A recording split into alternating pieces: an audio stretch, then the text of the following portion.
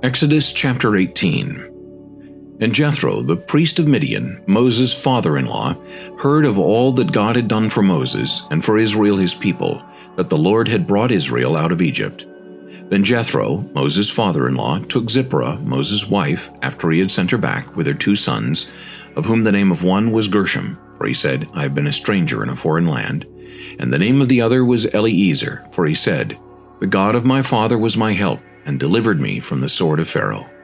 And Jethro, Moses' father-in-law, came with his sons and his wife to Moses in the wilderness, where he was encamped at the mountain of God. Now he had said to Moses, I, your father-in-law Jethro, am coming to you with your wife and her 2 sons with her. So Moses went out to meet his father-in-law, bowed down and kissed him.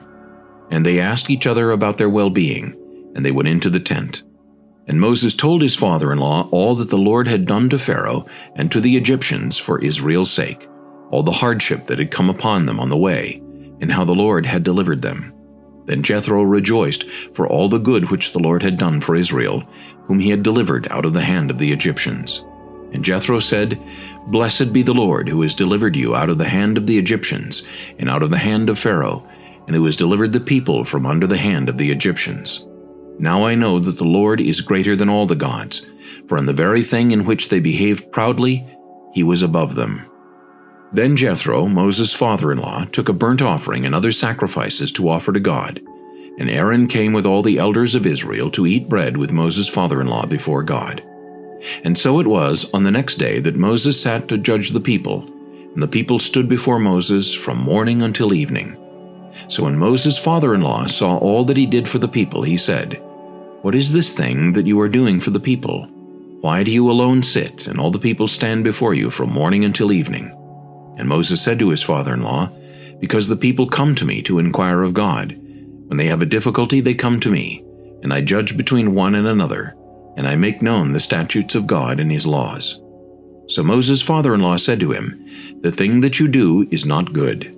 Both you and these people who are with you will surely wear yourselves out, for this thing is too much for you. You are not able to perform it by yourself. Listen now to my voice. I will give you counsel, and God will be with you. Stand before God for the people, so that you may bring the difficulties to God. And you shall teach them the statutes and the laws, and show them the way in which they must walk, and the work they must do.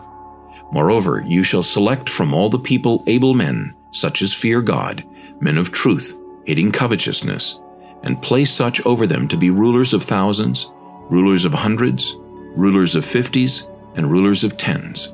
And let them judge the people at all times. Then it will be that every great matter they shall bring to you, but every small matter they themselves shall judge. So it will be easier for you, for they will bear the burden with you. If you do this thing, and God so commands you, then you will be able to endure, and all this people will also go to their place in peace. So Moses heeded the voice of his father-in-law, and did all that he had said. And Moses chose able men out of all Israel, and made them heads over the people, rulers of thousands, rulers of hundreds, rulers of 50s, and rulers of 10s. So they judged the people at all times. The hard cases they brought to Moses, but they judged every small case themselves. Then Moses let his father-in-law depart, and he went his way to his own land.